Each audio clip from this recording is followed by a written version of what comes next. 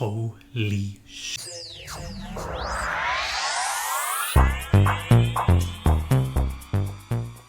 Hello everyone, welcome to the channel. Thank you so much for clicking on this video. If you clicked on this video, obviously you've seen the Deadpool and Wolverine movie because as you see in the title, you see it in the thumbnail.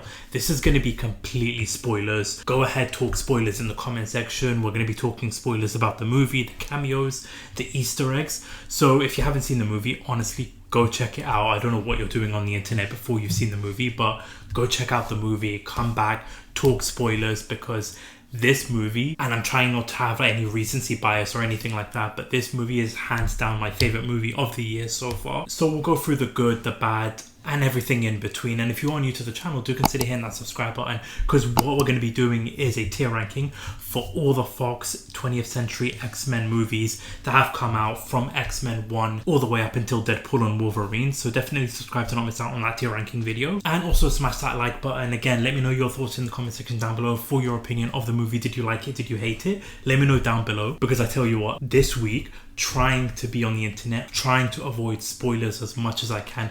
Thankfully, surprisingly, there wasn't much spoilers going around in the build up to this movie, but going into this movie, so excited, so pumped. The trailers got me so hyped for this movie, and honestly, it really delivered. This is probably for me one of the funniest MCU movies that they have produced, and just being in the audience, being in a packed out theatre too, with the cheering, the celebration, the laughter, just everything, the experience as well. Honestly, I had such a great time with this movie. So before we go into all the cameo stuff when it comes to this movie's, all the Easter eggs, all the spoiler stuff, when it comes to the actual movie itself, in terms of the whole plot of the movie, while I really enjoyed what they were doing, Ryan Reynolds' Deadpool just really knocked it out of the park, not only with like the jokes or one-liners, making fun of the multiverse, making fun of the MCU post-Endgame.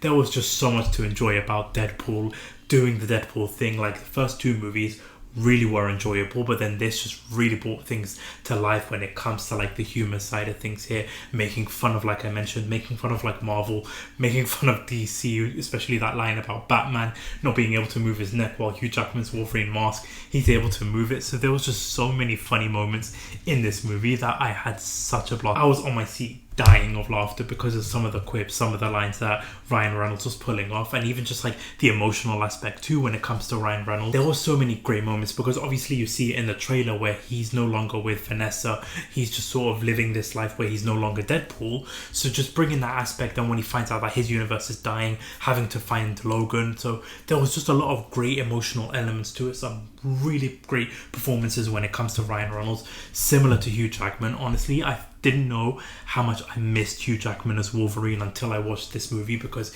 he was such a standout. His performances, especially like the emotional aspects, like you see it in the trailer where you've got Wolverine and Deadpool with bouncing off one another when it comes to like one-liners, when it comes to the humor, but there was so many like emotional aspects, especially that one sequence in the forest when they were in the car, and just the dialogue between one another to eventually lead them to fighting each other, I thought was so well handled. And that's where I give huge props to Hugh Jackman and Ryan Reynolds, but their chemistry was off the charts. I wanted to see more of them. Like, I wish the movie was longer, just because I loved that dynamic between the two of them, working with one another, bouncing off one another. And then of course you have to give huge credit to Shawn Levy when it comes to like the fight sequence when they're fighting in that car. That was just absolutely incredible. Like, you see little glimpses of it in the trailer, but I thought worked so well when they first land in the Void Planet and they're just fighting each other. I think it was done brilliantly. Like, I loved watching these two just on screen. Their on-screen presence with each other worked so well, and really what made this movie so enjoyable was the two of them together. But with the movie kicking off, just that opening sequence where you take back to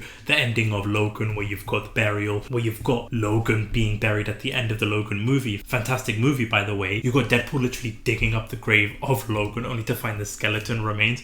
Again, just so hilarious. And that opening fight sequence where you've got the NSYNC Bye Bye Bye song being played while Deadpool's just wiping out every single TVA agent, even to the point where he's got like a sword shoved up one TVA agent's arse and the other sword stuck up the other TVA agent's frontal area, and it's just like driving back and forth with it. So like there was so many, like this movie's rated R, but the movie just works so well with the humor, with that edginess that Deadpool brings to the screen. But just that opening sequence, amazing introduction to the start of the Deadpool movie. Like you got it similar to like the very first Deadpool movie. With this one, that opening sequence was absolutely fantastic. And then you start seeing like Wade Wilson, Deadpool's life. You see it in the trailer, like I mentioned, where you actually see him giving up this whole Deadpool life only actually before he got denied by being Avenger, like using Cable's time travel device. He actually ended up going to like the sacred timeline, having an interview with Happy Hogan. So you see Happy Hogan making a cameo appearance, being interviewed to try and be part of the Avengers, only to be denied. That I thought was so hilarious. That sequence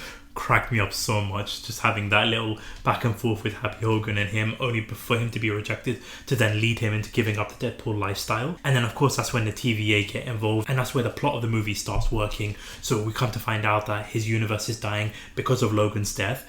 Now I'll talk about it in the negatives, but when it comes to like the whole Anchor situation, that I feel like it needs a bit more exploring, because I feel like that element could bring up a lot of like plot holes when it comes to like the MCU. But again, we'll talk about that in the negatives. However, I felt like the premise and the plot worked pretty well. So you've got Deadpool now trying to find a Logan, trying to find a Wolverine, so he can use that Wolverine to try and rescue his universe, because you've got the TVA basically creating this device to remove the universe out of existence.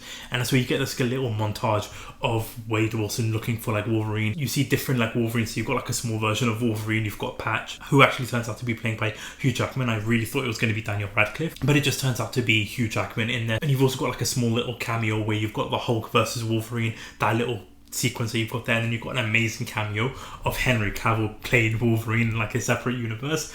Was not expecting that, but amazing to see Henry Cavill as Wolverine, as Logan in the MCU. Again, a nice little dig to the DCU with Deadpool making shade about that. And that's where you eventually get, like you see in the trailer, him recruiting the Logan. They end up going to the TVA, they end up going into the Void Planet, and pretty much most of the movie takes place in the Void Planet. So you see a lot of things that you do see in the trailer, where you've got Pyro, you've got Toad, you've got other people from like the X-Men movies, you've got Cassandra Nova in there. And what made this movie really work was the focus of Deadpool's world dying and the urgency, the stakes that's coming with it. So that I feel like just that works overall really well. And with the movie focusing in on that, you've got Cassandra as a villain, with her presence being really felt. It really creeped me out with her, how she's like able to like read the minds, where she puts her hand, you see her fingers going through like the different holes on your face, the eyes. So that was just really creepy. But I feel like Emma Corrin as Cassandra Nova brought a great presence into the movie, was a real threat. Probably not the top 5 villains of the MCU, but she definitely brought a great presence, a great fear factor into this. Like you really felt her, the way she destroyed a certain character, which I'm going to talk about in just a second. So I really enjoyed her as like the villain of the movie. But then of course, while you're in the Void Planet, that's where you get all the cameos and the Easter eggs. So the very first cameo was Chris Evans as Johnny Storm, and I genuinely was not expecting that. Even when you've got like Deadpool getting excited, thinking that he's going to be saying Avengers Assemble, only to be saying Flame On. Such a great sequence, such a great scene, only for him to get killed off by Cassandra, because as Deadpool says, because he's killing the budget with his appearances. But just seeing Chris Evans as Johnny Storm, I thought was so fantastic. He had some great moments in there, some great standout sequences. So I really enjoyed seeing him, even him taking on Pyro. So that was a great cameo in there. You've also got like different variety of Deadpools in the movie, where you've got like the good looking Deadpool that you sort of saw behind the scenes photos of that. But then as Deadpool and Wolverine do escape from Cassandra Nova's grasp, they end up going into the forest where they get the car from the good looking Deadpool. Then they end up going into this cave where they meet up with probably the biggest cheer I got from the audience, where you got to see Blade, Wesley Snipes' Blade, in this movie. Again, I was not expecting that. So you see Elektra, played by obviously Jennifer Garner. You see it in the trailer, you've got X-23, and then the one I was not expecting to is you've got Channing Tatum being played by Gambit, and his accent really was so off-putting that I really actually think that he would have made a great Gambit in a movie, in an X-Men movie. So that was such a shame, but it was great to see him being played as Gambit. And so you've got them as a big team-up sequence with them taking on Cassandra's crew. You've got Elias in the background, which I wish we got to see more of him. But there was some great action set pieces, some great fight sequence. Again, the choreograph for the fight sequences worked really well. Cassandra Nova being a threat, but when they do eventually, because you see it in the trailer, you see the Doctor Strange ring, in which they go back into like Wade Wilson's universe, And that's where you get like the third act sequence where you've got Cassandra Nova eventually entering that universe, wanting to take that machine that the TVA were building to try and destroy the universe, only for her to take it for herself. And you've got like this big action set piece where you've got Wolverine and Deadpool taking on a whole variety of different Deadpools. So again, like some great score, some great music sequence. I feel like in terms of the music sequence, some people might hate it, some people might love it. For me, I really enjoyed the score and the musical set pieces in this movie, and I think it worked really well. And especially that whole sequence with the Deadpool taking on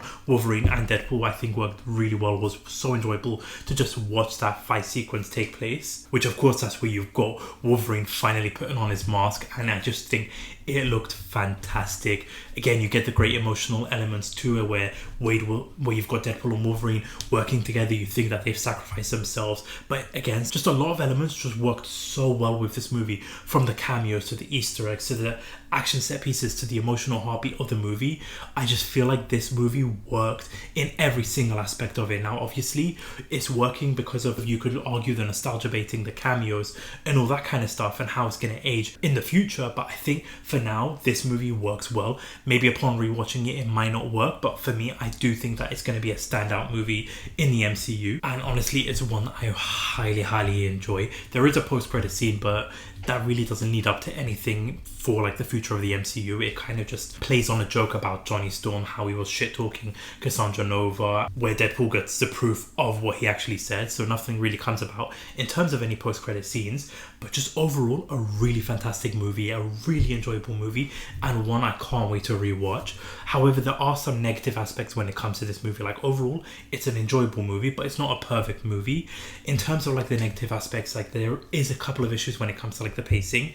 Like the movie starts off so thick and so fast, it's throwing a lot of things at you, so you have to like keep up with it, and then it kind of slows down towards like the second act while they are in the Void Planet, especially after they escape from Cassandra Nova's grasp. Just that sequence from them escaping to them meeting up with Blade, Gambit and those characters, so a bit of pacing issues when it comes to that. And also when it comes to the movie itself, when it comes to like the actual plot, I feel like there's a bit of a too convenient section. Two moments I'm really talking about here, and it's a moment where you've got Cassandra, like she's been in the Void Planet for a while now, but then all of a sudden she takes out the Doctor Strange ring that she uses to open up the portals, and that's when she decides to actually enter the universe. Like I feel like for that bit, I feel like the writing could have lent a bit more towards where there was a bit more stakes, or where there was a bit more urgency in terms of like how they're able to get back into the world, rather than it's just Cassandra Nova's ring opening up a portal for them, especially because of how that gets built up towards her opening up the portal. And then also when they're fighting all the Deadpools, how they all regenerate, and the only way for all of that to stop, for the fighting to stop, is for them to all recognize a Peter, and I'm just basically cheering on a Peter. I just felt like that was a bit too convenient as well. And then also when it comes to Cassandra's character, I wish we got to explore more of her. I wish we got to see more of her, because she's not in the movie too much. She's in the ending of the movie, she's in a couple of sequences here and there, but I wish we got to explore more of her as a villain, especially because they killed her off at the end of the movie. But I really wish we were to explore more of her. I wish we could have got to see her more in a different movie where she is a bigger villain, while just being in a standalone movie. I wish we got to explore her more in other movies as well. While she is a great villain and a great threat, I wanted more exploration of her. I wanted to see more of her powers, more of her being able to be a threat, especially because of how she killed Chris Evans' Johnny Storm. I wanted to see more of that. Unfortunately, we didn't get to explore a lot of that. And then also with the whole, like I mentioned, the anchor section. So the whole reason that Deadpool's universe is actually going to be killed off or being evaporated is because the anchor, which was Logan dying in the Logan movie. But I feel like that might just complicate things a little bit now, because like obviously with the MCU, like I'm guessing the anchor would have been Iron Man dying, and that would have like had an effect on the MCU. But how do we know like which character is going to be dying in order for the anchor to be set off? So I feel like that might have set up some tricky situations when it comes to the whole exploration of that. And then also this didn't really have like an impact in the future of the MCU. Now it was being built up as setting up what's going to happen next, but you don't get like a post-credit scene of that. The way the movie ended is that everybody's living happily in the Deadpool universe, in Wade's universe, like X-23 and Hugh Jackman and everybody else. So they're not really in the MCU or anything like that. And with Cable's time travel device being destroyed, how is that going to be setting up to how they're going to enter the MCU in the future? So I felt like I was expecting more when it comes to all of that being tied into the MCU. So this sort of was like a standalone, didn't really feel like an impact to the MCU or anything like that. So we're going to see how that plays out. And then one last nitpick I honestly have is that I kind of wish we got to explore more in terms of like cameos. Now, while I really enjoyed the cameos that we got to see, I wanted to see more of like X-Men cameos. Like I was expecting maybe a James Marsden cameo of Cyclops or Storm or Jean or somebody from the X-Men Fox universe, because we didn't really get to see anybody from that. Now that's just like my hope and what I was expecting, so it's not really like a negative, but more of just like a wishful thinking kind of thing. But yeah, like again, a great movie, not a perfect movie, but a really, really enjoyable movie that I really think you should be going out to check out. I'm going to be checking it out multiple times, so I really, really cannot wait. But again, let me know your thoughts in the comment section down below. If you liked it, if you hated it, which one was your favorite cameo, let me know down in the comment section below. And again, keep an eye out, because we're going to be doing that tier ranking video over the weekend for all the Fox X-Men movies, so subscribe to not miss out on that. But thank you all so much for watching. Thank you so much for listening. This is YK Reviews. Peace.